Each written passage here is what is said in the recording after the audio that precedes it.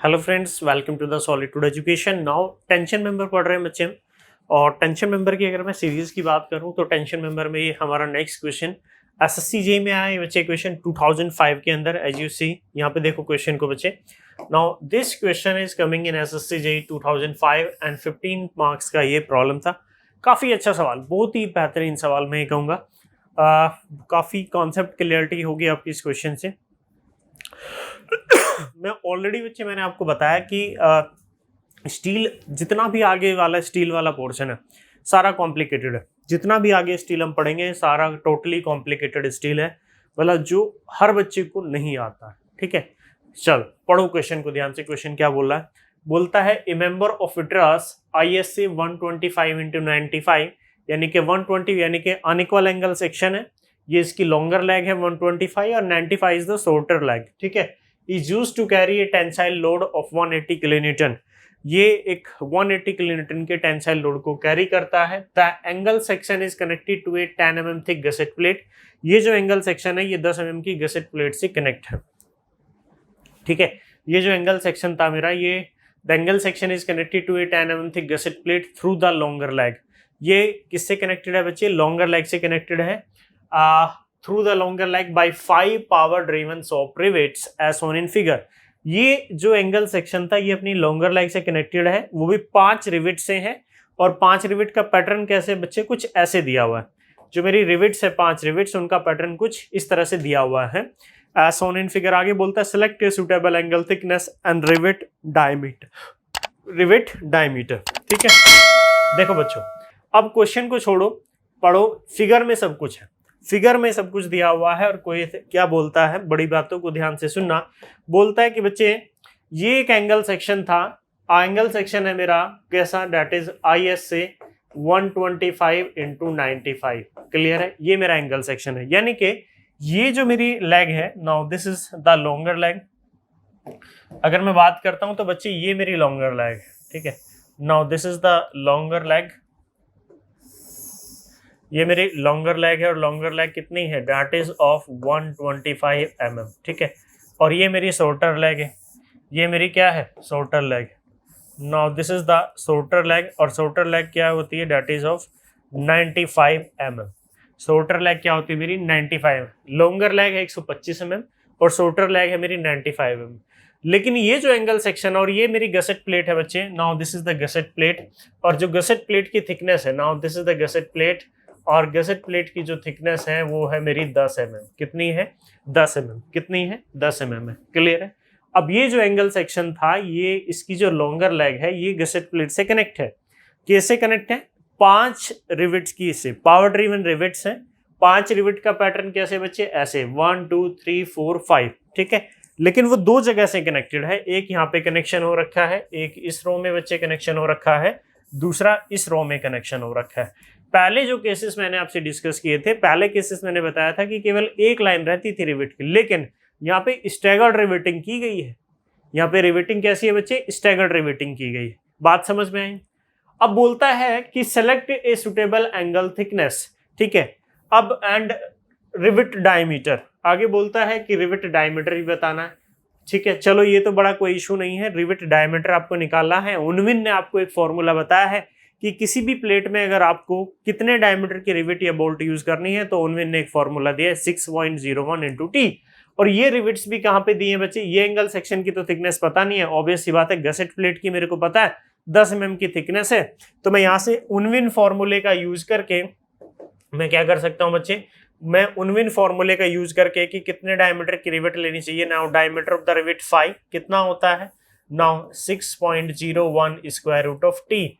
T is the thickness of the plate in which hole is made, या जिसमें rivet लगाई गई है। किसमें लगाई गई है बच्चे?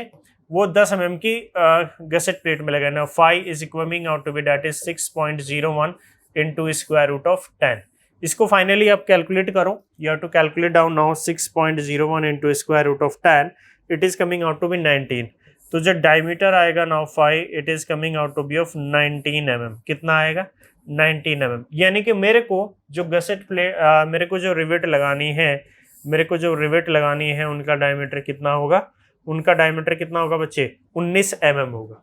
मेरे को जो रिवेट लगानी है उनका डायमीटर कितना होगा 19 mm होगा। क्लियर हुआ? मेरे को बच्चे जो रिवेट लगानी है उनका डायमीटर कितना होगा 19 mm। समझ में आया? ये तो कोई बड़ा टास्क नहीं था। लेकिन उसने दूसरा एक और पार्ट इसमें पूछा है, select a suitable angle thickness, कि भाई आपको एक सुटेबल एंगल थिकनेस बतानी है। You have to select a suitable angle thickness. ठीक है, ठीक है, you have to select a suitable angle thickness, यानी कि इस एंगल सेक्शन की थिकनेस आपको बतानी है। क्या बताना है? इस एंगल सेक्शन की आपको थिकनेस भी डिस्कस करनी है।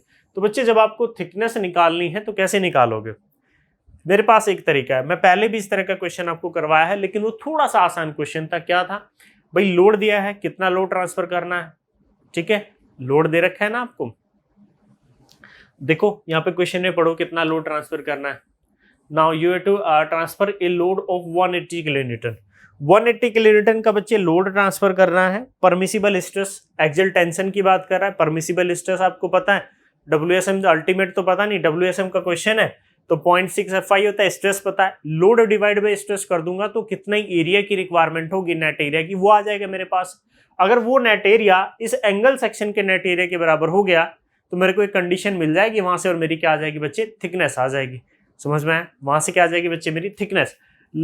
समझ में आ रहा है कुछ? अरे आ रहा है कि नहीं? चलो, अब मुझे इतना पता चल गया है भाई कि मेरे को इतना पता चल गया कि मेरे को 180 किलोमीटर, मुझे कितना एरिया की रिक्वायरमेंट है। नाउ जो मेरे को area required, now area required जो मेरे को रिक्वायर्ड है, नाउ लोड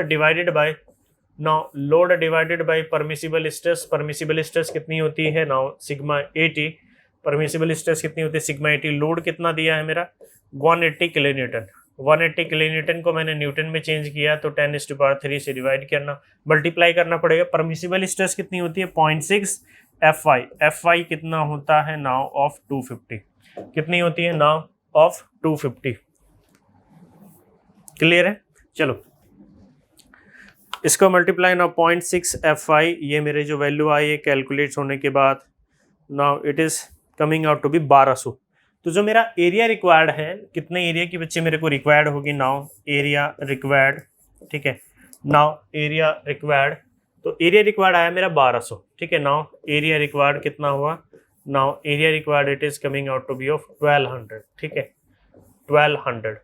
कितने एरिया की रिक्वायरमेंट हुई मेरी? Now 1200 mm²। ठीक है, now area required is of 1200 mm²। बच्चे मेरे को इतने एरिया की रिक्वायरमेंट है। कितने एरिया की? 1200 mm एरिया की रिक्वायरमेंट है। ये बात मेरे को क्लियर है कि 1200 mm एरिया चाहिए। ठीक है, समझ में? अगर ये रिक्वायर्ड एरिया इस एंगल सेक्शन के नेट एरिया के बराबर हो जाए, ये एंगल सेक्शन थी, इसके नेट एरिया के बराबर हो जाए तो मेरी सारी प्रॉब्लम सॉल्व हो जाएगी। सही बात है ना? चलो अब देखते हैं भाई। अब ये मेरा एंगल सेक्शन है, इसका नेट एरिया निकालना पड़ेगा। तो इसकी दो लेग है, ये मेरी कनेक्टेड लेग हो गई। Now this is the connected leg, और इसका एरिया मैंने मान लिया दैट इज A1, और ये मेरी आउट स्टैंड लेग हो गई, इसका एरिया मैंने मान लिया दैट इज A2। ठीक है, तो जो बच्चे मेरा नेट एरिया होगा, now A net it is coming out to be of A1 plus KA2। कितना होगा? A1 plus KA2। A1 is the area of connected leg and A2 is the area of outstand leg। Clear है? चलो, outstand area leg का अगर मैं area की बात करूं, आउटस्टैंड लेग के एरिया की अगर मैं बात करता हूं बच्चे, तो जो मेरा A2 होगा वो कितना होगा भाई? थिकनेस ये कितना है? 95 इंटू थिकनेस मान लो T, तो T का आधा, कोई रिविट तो लगी नहीं है, इंटू T, ये मेरा क्या आ जाएगा? A2 आ जाएगा। लेकिन अगर बच्चे मैं A1 की बात करता हूं, ठीक है, if you are talking about the A1, तो what will be your views? मैंने जो प्रॉब्लम्स आपको बताई थी वो केवल सिंगल रिविट लाइन की बताई थी। जो मैंने A1 जो कनेक्टेड लैग होती थी उसका नेट एरिया अगर मेरे को निकालना है, A1 निकालना है, तो वो मैंने आपको तब बताया था जब वो ए रिविट लाइन या बोल्ट लाइन एक सिंगल हो। लेकिन यहाँ पे तो स्टैगर्ड बोल्टिंग है, तो यहाँ पे दो तरह के कॉन्सेप्ट यूज होंगे। मैंने बताया था कि जब स्टैगर्ड बोल्टिंग हो रखी हो, अगर नेट एरिया निकालना है तो मैं हिट एंड ट्रायल करता हूं, और उस हिट एंड ट्रायल में जिस पाथ पे मिनिमम ए नेट होता है वही मेरा एक्चुअल नेट एरिया होता है। तो मैं इस कनेक्टेड लेग का नेट एरिया निकालना है तो मेरे पास दो रास्ते हैं।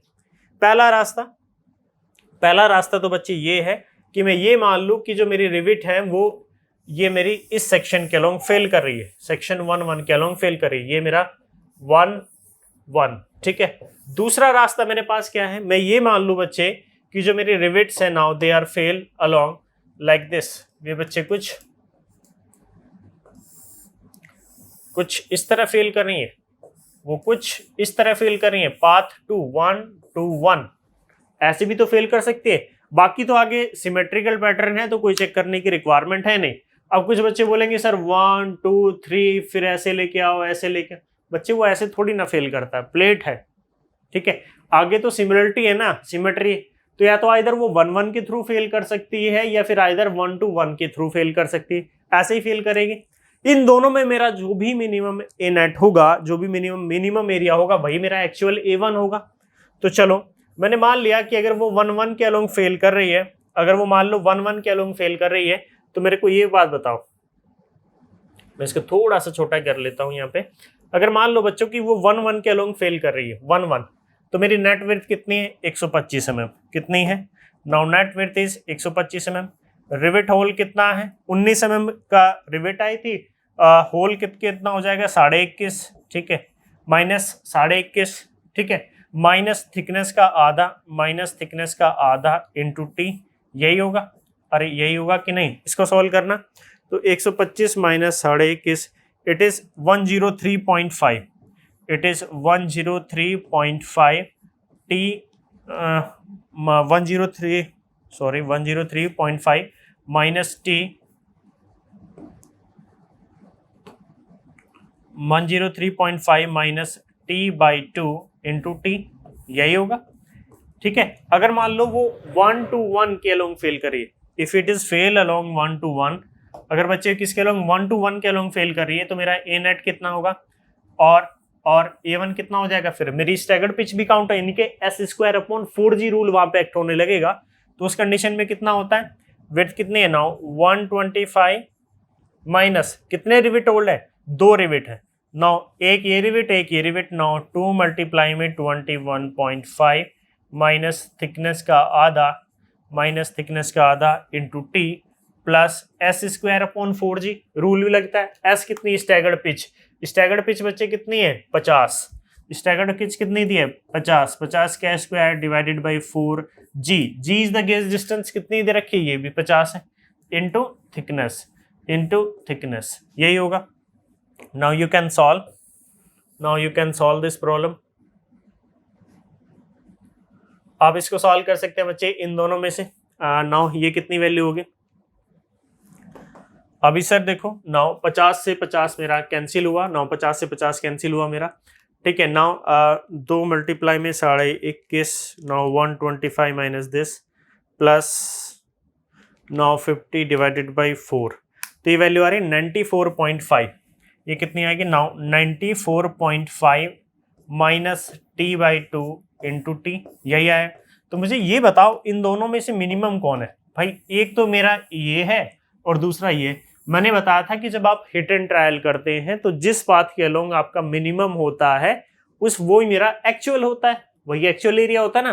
तो इन दोनों में से मिनिमम कौन है, इन दोनों में से बच्चे अगर मैं मिनिमम की बात करता हूं, अगर मैं ये लूं और इन दोनों में मैं मिनिमम की बात करूं, तो मिनिमम क्या है मेरा ये, तो यानी कि एक्चुअल A1 मेरा जो होगा नाउ एक्चुअल A1 उसकी वैल्यू कितनी आ रही है, that is 94.5 minus T by 2 into T, यही होगा। Now this will be the actual A1, ये मेरा एक्चुअल A1 था, ठीक है। समझ, बस इस क्वेश्चन में बच्चे यही समझने का था कि एक्चुअल में A1 को हम कैलकुलेट कैसे करेंगे, A1 को कैसे हम फाइंड आउट करेंगे, ठीक है। बस यही मेरा टास्क था कि A1 को कैसे, A1 पता है मेरे को, A1 पता है मेरे को, A2 पता है, A1 पता है मेरे को, A2 पता है, तो सिंपली अगर मैं यहाँ से कैलकुलेशन करूंगा तो K की वैल्यू निकाल सकता हूँ। K कितना होता है मेरा now 3A1 divided by 3A1 plus A2, 3A1 divided by 3A1 plus A2, A1 पता है A2 पता है, तो K की यहाँ से वैल्यू आ जाएगी मेरी इन टर्म्स ऑफ T, अरे आ जाएगी ना K की वैल्यू आ जाएगी। तो बच्चे मैं यहाँ से क्या निकाल सकता हूँ, ए नेट निकाल सकता हूँ। ए नेट मैंने क्या बताया था, A1 प्लस K2, K पता है, A1 पता है, A2 पता है, तो ये जो सारा का सारा डाटा है बच्चे ये किसकी टर्म में आ जाएगा, now it will come in terms of T, ये T के टर्म्स में आ जाएगा। ये जो सारा का सारा डाटा था ये किसके टर्म्स में आ जाएगा, ये सारा का सारा किसके टर्म्स में आ जाएगा, now it is come in terms of T thickness के टर्म में आ जाएगा सारा का सारा डाटा, यानी कि ए नेट का डाटा। क्लियर है, ये जो सारा का सारा डाटा था मेरा किसके टर्म में आ जाएगा, now it will come in terms of thickness, ये थिकनेस के टर्म्स में आ जाएगा। क्लियर है, अब मेरे को ये नेट अगर मैं यहां से बच्चे एक बात दिखाओ, ये जो मेरा ए नेट था ना, ये ए नेट था, इस ए नेट को इस एरिया रिक्वायर्ड के बराबर रख दूंगा। Now A net is equal the A required, ठीक है, तो मेरी यहां से किसकी वैल्यू आ जाएगी, मेरी थिकनेस की वैल्यू आ जाएगी। बस यही मेरे को करना था, मैं यहाँ पे कैलकुलेशन नहीं कर रहा हूँ, कैलकुलेशन आप करेंगे और मेरे को बताएंगे कि सर वैल्यू कैलकुलेट होने के बाद कितनी आ रही है। नियर अबाउट मैं बता देता हूँ आंसर 8 mm के अबाउट आएगा। ठीक है, तो यहाँ से कोई कैलकुलेशन पार्ट बच्चे मैं नहीं दिखा रहा आपको, कैलकुलेशन आप खुद करेंगे, कैलकुलेशन मेरे को खुद बताएंगे, मेरे को सॉल्यूशन भेजेंगे सभी लोग। ठीक है, बस सिंपली बच्चे समझने का क्या था इस प्रॉब्लम के अंदर, सिंपली ये था कि A1 कैसे कैलकुलेट करें। ठीक है, बस यही मेरा यहाँ पे रॉकेट साइंस था इसमें, बाकी इस क्वेश्चन के अंदर बच्चे कुछ नहीं था, इस क्वेश्चन के अंदर कुछ भी नहीं था, बड़ा इजी प्रॉब्लम था ये। समझ में आई बात, अरे समझ में आ गई बात। अब कुछ बच्चों के मन में डाउट होगा, सर आपने तो 1 to 1 दो ही पाथ के लोग फेल करा, ये ऐसे भी फेल कर, भाई 2 के लोग फेल कर लो या 1 के, बात तो एक ही है ना। अब कुछ बच्चे बोलते कि सर ऐसे भी तो फेल कर सकता था, बिल्कुल कर सकता था, वहां पे स्टैगर्ड पिच फायदा क्या होगा, तब भी S²/4G एक ही ऐड होगा।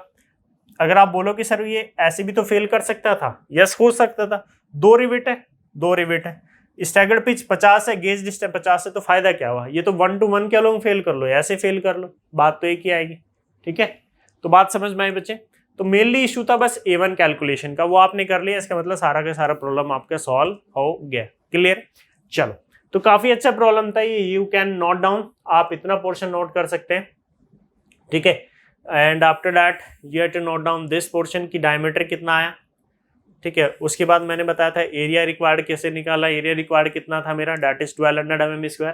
उसके बाद मैंने A1 ए नेट कैसे कैलकुलेशन की, मैंने ये वाला पोर्शन A1 + A2, A1 मैंने बताया, फिर A2 बताया, फिर A1 बताया कैसे निकाला। नाउ ये वैल्यू आ गई बच्चे A1 की, उसके बाद you have to calculate the K, यहाँ से K की वैल्यू निकाल लो, फिर A नेट निकाल लो और उसके बराबर उसको किसके बराबर पुट कर देना है कि कितने एरिया के बराबर वो होगा। क्लियर हुआ बच्चे, अरे क्लियर हुआ। तो यही था मेरा क्वेश्चन, काफी अच्छा क्वेश्चन था, SSC के अंदर आया था ये क्वेश्चन। ठीक है बच्चे, तो ऐसे ही क्वेश्चन प्रैक्टिस करने हैं। ठीक है, बाकी कोई टेंशन नहीं लेनी ज्यादा इसमें। तो फिर मिलते हैं बच्चे नेक्स्ट प्रॉब्लम में, नेक्स्ट क्वेश्चन में, नेक्स्ट टॉपिक के साथ, नेक्स्ट कॉन्सेप्ट के साथ। तब तक के लिए थैंक यू।